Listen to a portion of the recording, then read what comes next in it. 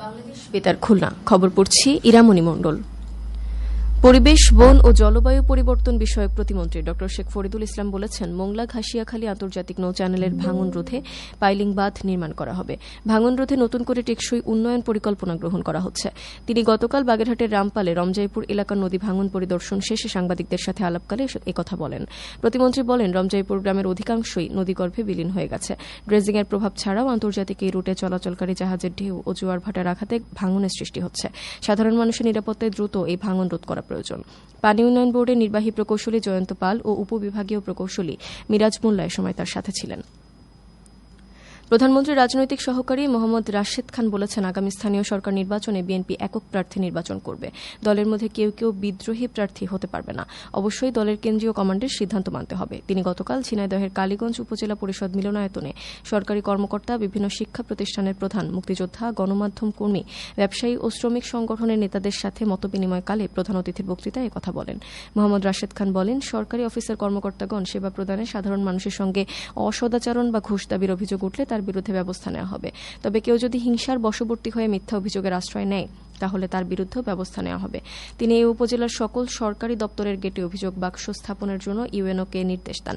উপজেলা নির্বাহী অফিসারের সভাপতিত্বে উপজেলা বিএনপির সাবেক সিনিয়র যুগ্ম আহ্বায়ক, জাহাঙ্গীরনগর বিশ্ববিদ্যালয় ছাত্রদলের সাবেক ভারপ্রাপ্ত সাধারণ সম্পাদক, মোবারকগঞ্জ চিনিকলের এমডি যুবদল সহ এবং ছাত্রদল সহ অঙ্গ সংগঠনের নেতৃবৃন্দ এ সময় উপস্থিত ছিলেন। খুলনা মহানগর বিএনপির সভাপতি ও KDA chairman advocate S M Shafiqul Alam Mona বলেছেন, খুলনায় ডেঙ্গুর সংক্রমণ আশঙ্কাজনকভাবে বেড়ে যাওয়ায় এটি এখন ভয়াবহ আকার ধারণ করেছে। এই সংকট মোকাবিলায় দলমত নির্বিশেষে সকলকে ঐক্যবদ্ধ হয়ে সচেতনতা বৃদ্ধি এবং মশার প্রজননস্থল ধ্বংসে একসাথে কাজ করতে হবে। তিনি গতকাল খুলনা মহানগর স্বেচ্ছাসেবক দলের উদ্যোগে নগরীর ২৬তম ওয়ার্ডের বিহারী কলোনি মোড়ে মশক নিধন কার্যক্রমের উদ্বোধনকালে প্রধান অতিথির বক্তৃতায় একথা বলেন। শফিকুল আলম মনা বলেন, ডেঙ্গু বিস্তার রোধে সাধারণ মানুষের মধ্যে ব্যাপক সচেতনতা তৈরি করা জরুরি। ডেঙ্গু আক্রমণ থেকে নগরবাসীকে সুরক্ষা দিতে রাজনৈতিক ও সামাজিক সংগঠনগুলোকে নিজ নিজ অবস্থান থেকে কাজ চালিয়ে যেতে হবে। মশক নিধন ও পরিষ্কার পরিচ্ছন্নতা কার্যক্রম শুধু একটি নির্দিষ্ট এলাকায় সীমাবদ্ধ না রেখে প্রতিটি জনবসতিতে পরিচালনা করা প্রয়োজন। তিনি পরিস্থিতি মোকাবেলায় নগরবাসীকে আরও সচেতন হওয়ার এবং ডেঙ্গু দমনে সবাইকে ঐক্যবদ্ধভাবে এগিয়ে আসার আহ্বান জানান। খুলনা মহানগর স্বেচ্ছাসেবক দলের আহ্বায়ক মোহাম্মদ মিরাজুর রহমান মিরাজের সভাপতিত্বে মহানগর বিএনপির সাংগঠনিক সম্পাদক শেখ সাদি ও সদস্য সচিব ইস্তিয়াক আহমেদ ইস্তি সহ সদস্যবৃন্দ এ সময় উপস্থিত ছিলেন। খুলনা সিটি কর্পোরেশনের ২৪, ২৫, ২৬ ও ৩১ নম্বর ওয়ার্ডে গতকাল মশক নিয়ন্ত্রণ ও পরিষ্কার পরিচ্ছন্নতা নিশ্চিত করতে ক্রাশ প্রোগ্রাম পরিচালিত হয়। কেসিসির প্রধান বর্জ্য ব্যবস্থাপনা পরিচালক মোহাম্মদ আনিসুর রহমান, প্রধান স্বাস্থ্য কর্মকর্তা ডাক্তার শরীফ শামিউল ইসলাম, বর্জ্য ব্যবস্থাপনা কর্মকর্তা মোহাম্মদ ওহিদুজ্জামান খান সহ ওয়ার্ডের ক্ষমতাপ্রাপ্ত কর্মকর্তাগণ এ সময় উপস্থিত ছিলেন। এদিকে ডেঙ্গুর প্রাদুর্ভাব প্রতিরোধে মহানগরীর পরিষ্কার পরিচ্ছন্নতা ও মশক নিয়ন্ত্রণে কেসিসি পরিচালিত ক্রাশ প্রোগ্রামের আওতায় গতকাল নগরীতে মোবাইল কোর্ট পরিচালিত হয়েছে। এ সময় পাশাপাশি নিজ নিজ বাড়ি অথবা স্থাপনার সীমানার মধ্যে অপরিচ্ছন্ন পরিবেশ থাকায় ৩ জন বাড়ির মালিকের কাছ থেকে ১১,০০০ টাকা জরিমানা আদায় করা হয়। কেসিসির এক্সিকিউটিভ ম্যাজিস্ট্রেট আব্দুল্লাহ আল ইমরানের নেতৃত্বে মোবাইল কোর্ট পরিচালিত হয়। সরকারের ৫ বছরে ২৫ কোটি বৃক্ষরোপণ কর্মসূচির অংশ হিসেবে গতকাল সাতক্ষীরা সদর উপজেলার ১১ নম্বর ঝাউডাঙ্গা ইউনিয়ন পরিষদের উদ্যোগে ঝাউডাঙ্গা কলেজ ও ঝাউডাঙ্গা মাধ্যমিক বালিকা বিদ্যালয়ের ১৫০ শতাধিক শিক্ষার্থীর মধ্যে আম গাছের চারা বিতরণ করা হয়। কলেজ চত্বরে আয়োজিত এক অনুষ্ঠানে উপজেলা সমবায় কর্মকর্তা ও ইউনিয়ন পরিষদের প্রশাসক প্রধান অতিথি হিসেবে সব চারা বিতরণ করেন। ঝাউডাঙ্গা কলেজের অধ্যক্ষের সভাপতিত্বে কলেজের গভর্নিং কমিটির সদস্য, কলেজের উপাধ্যক্ষ ও ইউপি সদস্যগণ এ সময় উপস্থিত ছিলেন। খেলার খবর ফুটবল। বাগেরহাটের কচুয়া উপজেলার গোয়ালমাঠ মাধ্যমিক বিদ্যালয় মাঠে রাড়িপাড়া ইউনিয়ন ওয়ার্ল্ড কাপ ফুটবল টুর্নামেন্টের গতকালের ফাইনাল খেলায় ৯ নম্বর ওয়ার্ড একাদশ ১-০ গোলে ২ নম্বর ওয়ার্ড একাদশকে পরাজিত করে চ্যাম্পিয়ন হয়েছে। পরিবেশ, বন ও জলবায়ু পরিবর্তন বিষয়ক প্রতিমন্ত্রী ড শেখ ফরিদুল ইসলাম প্রধান অতিথি হিসেবে বিজয়ীদের মধ্যে পুরস্কার বিতরণ করেন। এ উপলক্ষে বক্তৃতায় তিনি বলেন, বর্তমান সরকার খেলাধুলাকে গুরুত্ব দিচ্ছে।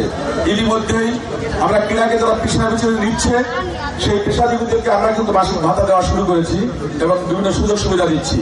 আমাদের স্লোগান হচ্ছে, ক্রীড়া হবে পেশা, পরিবার পাবে ভরসা। তো আমরা চাইবো যারা খেলাধুলার প্রতি অনুরাগ আছে বিভিন্ন সেক্টরে, ফুটবল, হাডুডু, ক্রিকেট বা অন্যান্য যে খেলাধুলাগুলো আছে, সর্বসেক্টর যারা ভালো করছে তাদেরকে জাতীয় পর্যায়ে আমরা প্রমোট করার জন্য চেষ্টা করব। কচুয়া বিএনপির সভাপতি সর্দার জাহিদের সভাপতিত্বে বাগেরহাট জেলা পরিষদের প্রশাসক ব্যারিস্টার শেখ মোহাম্মদ জাকির হোসেন ও উপজেলা নির্বাহী কর্মকর্তা মোহাম্মদ আলী হোসেন সহ খেলোয়াড় ও স্থানীয় বাসিন্দারা এ সময় উপস্থিত ছিলেন।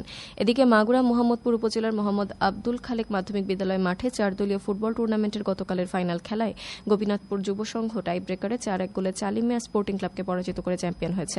বিদ্যালয়ের প্রধান শিক্ষক প্রধান অতিথি হিসেবে বিজয়ীদের মধ্যে পুরস্কার বিতরণ করেন। এছাড়া খুলনা বিশ্ববিদ্যালয় মাঠে মীর মুগ্ধ আন্তঃডিসিপ্লিন ফুটবল টুর্নামেন্টে বিজেই ডিসিপ্লিন ও ফিজিক্স ডিসিপ্লিনের মধ্যকার গতকালের খেলাটি 3-3 গোলে ড্র হয়েছে। ঢাকা আবহাওয়া অফিস জানিয়েছে, উত্তর পশ্চিম বঙ্গোপসাগর ও তৎসংলগ্ন উপকূলীয় এলাকায় একটি লঘুচাপ সৃষ্টি হয়েছে। এর প্রভাবে সমুদ্র বন্দরসমূহ উত্তর বঙ্গোপসাগর ও তৎসংলগ্ন বাংলাদেশের উপকূলীয় এলাকার উপর দিয়ে ঝোড়ো হাওয়া বয়ে যেতে পারে। চট্টগ্রাম, কক্সবাজার, মোংলা ও পায়রা সমুদ্র বন্দরসমূহকে 3 নম্বর স্থানীয় সতর্ক সংকেত দেখাতে বলা হয়েছে। উত্তর বঙ্গোপসাগরে অবস্থানরত সকল মাছ ধরার নৌকা ও ট্রলার সমূহকে পরবর্তী নির্দেশ না দেওয়া পর্যন্ত উপকূলের কাছাকাছি এসে সাবধানে চলাচল করতে বলা হয়েছে। এদিকে আজ বেলা 1টা পর্যন্ত পূর্বাভাসে বলা হয়েছে, খুলনা, বরিশাল, পটুয়াখালী, নোয়াখালী, কুমিল্লা, চট্টগ্রাম, কক্সবাজার ও সিলেট অঞ্চলে দক্ষিণ অথবা দক্ষিণ পূর্ব দিক থেকে অস্থায়ীভাবে ঘণ্টায় 45 থেকে 60 কিলোমিটার বেগে দমকা অথবা ঝোড়ো হাওয়া বয়ে যেতে পারে। সেই সঙ্গে বৃষ্টি অথবা বজ্রসহ বৃষ্টিপাতের সম্ভাবনা রয়েছে। এসব এলাকার নদী বন্দরসমূহকে 1 নম্বর সতর্কতা সংকেত দেখাতে বলা হয়েছে। খবর শেষ হলো। আমাদের পরবর্তী খবর প্রচারিত হবে দুপুর 12টা 10 মিনিটে বাংলায়।